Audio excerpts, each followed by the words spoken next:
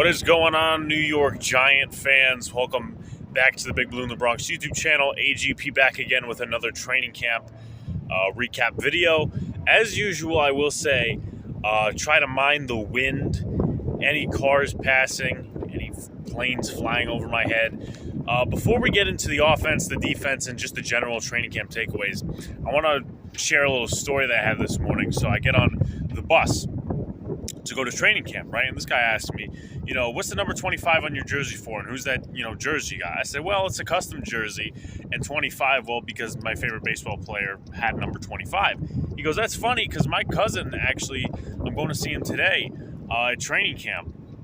And his name is Jashawn Corbin. So, believe it or not, yes, I was talking to Jashawn Corbin's cousin, and I actually gave him a rundown of what the practices are like and all these different things. He came all the way from London to see his cousin. So, shout outs to you, Tony. He also commented on a video of mine when we did the Roster Bubble series, the one on Jashawn. So, Tony, hope all is well. I hope Jashawn does the best he can. Best wishes there. It was just great talking to you, man. And then also this morning, I usually have a good eye for people. Lance Meadow was on the same bus that I was, and I actually got to meet him and briefly talk with him. So that was fun.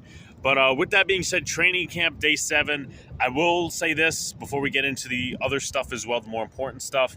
This is the last recap I'm going to do because Friday and Saturday I'm unfortunately booked, and those are the last 2 days that the New York Giants are hosting camp for the fans. And then obviously they head to Detroit a couple of days later for the joint practices in the preseason game. But football is back, everybody. Training camp and then the preseason game tonight. So with that being said, let's start with the offense here. The first lineup in terms of changes, I'm not going to go through the whole lineup, but Josh Azudu is the left guard, John Michael Schmitz is the center, and Ben Bredesen at the right guard. So this kind of raises the question a little bit.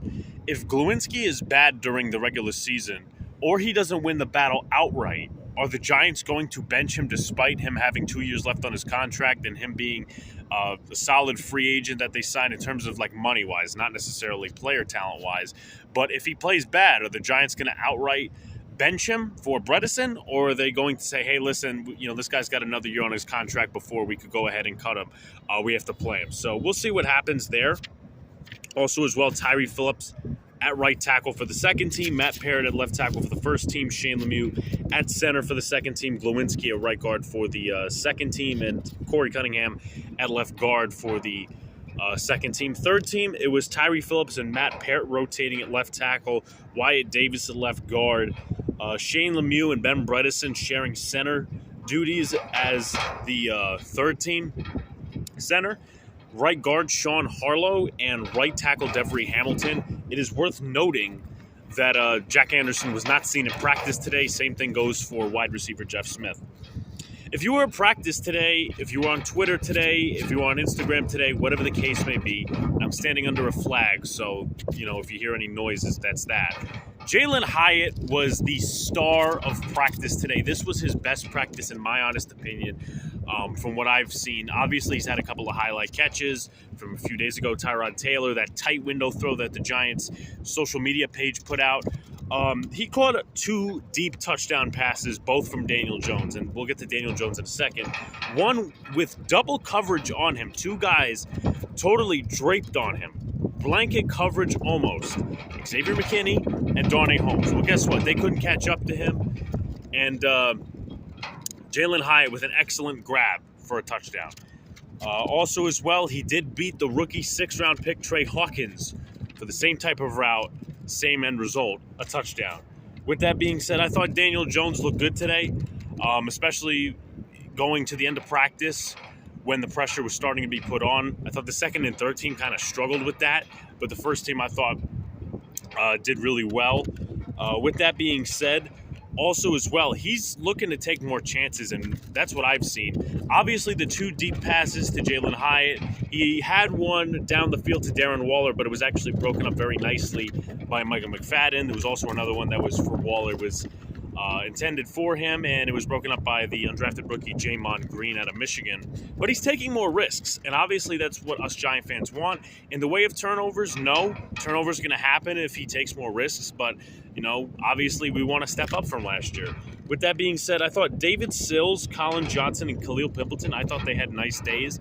Nothing spectacular, but David Sills, a couple of nice one-on-one reps. He got the best of Trey Hawkins in one. It was more of a contested type situation, not a speed type situation. So Trey Hawkins still had blanket coverage. With that being said as well, Paris Campbell worked off to the side today. So maybe it was a rest day or an injury. I believe it was a rest day though. Cole Beasley was in a slot for the first team. So that's worth noting. Obviously, Shep rotated in with the first and second team in the slot and on the outside. Made a couple of nice grabs, I must admit. Let's see what else we got for the offense here. Marcus McKeithen was on the sideline with Wan'Dale Robinson, not in pads though. So that's just worth noting. And just in general, I will say this before we get to the defense. There was a couple of penalties and botched snaps. This was probably the most penalty-filled botched snap practice that we've seen yet. Obviously, you're going to have that during training camp, so it's really nothing to overreact to. Let's go to the defense while we're at it. In terms of alignments, Darnay Holmes was the slot corner today. Jason Pinnock was the other safety today. They started out in a 3-safety set with Belton, Pinnock, and McKinney, but Belton moved to the second team.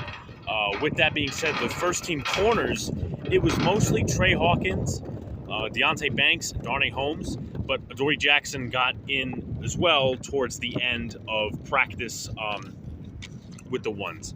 With that being said, Zion Gilbert, I thought he had a nice day, a couple of nice pass defenses, 7-on-7s, 11-on-11s, and also in 1-on-1s. I thought Trey Hawkins had a tough day. He had a nice pass deflection, really tight coverage against Sterling Shepard towards the end of practice, but he obviously couldn't cover Darren Waller, and there's a lot of Giants who can't cover Darren Waller, but that's just speaking to Waller's capabilities talent-wise, but also the deep pass against Jalin Hyatt. So a little bit of a rough day for him, but obviously with the first team, you're going to have your struggles and whatnot. So it's to be expected. With that being said, Darnay Holmes was cooked in a viral video by Cole Beasley once again on a whip route in a one-on-one session. So that's not speaking highly of Darnay Holmes, who's struggled pretty much all camp. With that being said as well, let's see what else we got for the defense. Just a minor one, Amani Oruwariye, who is signed from the Lions. He is practicing with the third team, so he may not make the roster after all unless something happens in the preseason.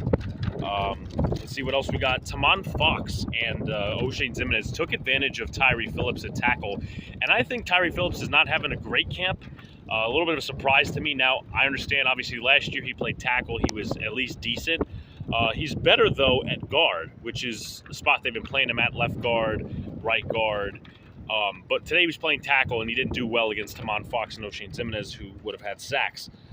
With that being said, I think that's pretty much it. Also, Micah McFadden, he was the second linebacker today with Darian Beavers shifting to the second team with Carter Coughlin. So appreciate you guys. Like, comment, subscribe to all the good stuff. Turn on post notifications so you know when a live stream pops in your drops. Appreciate it coming back. A couple of highlight vids I took at training camp after this.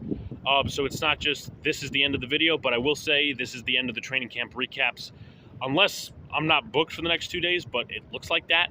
So I appreciate everyone who's a new follower on Twitter, new subscriber on YouTube, do all the good stuff. Appreciate you guys as always. Join us tonight for the Jets-Browns preseason Hall of Fame game stream, and we'll see you then. Let's go Big Blue. I need to see a pass rusher. Any of them, I mean, that isn't dedicated on blitzes.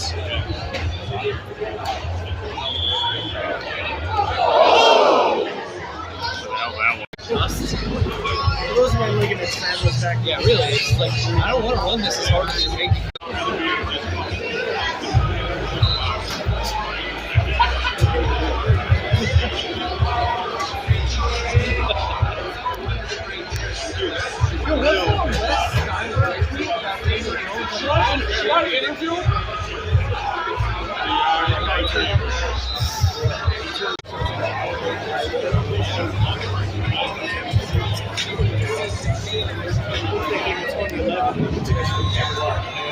was a good one to go to.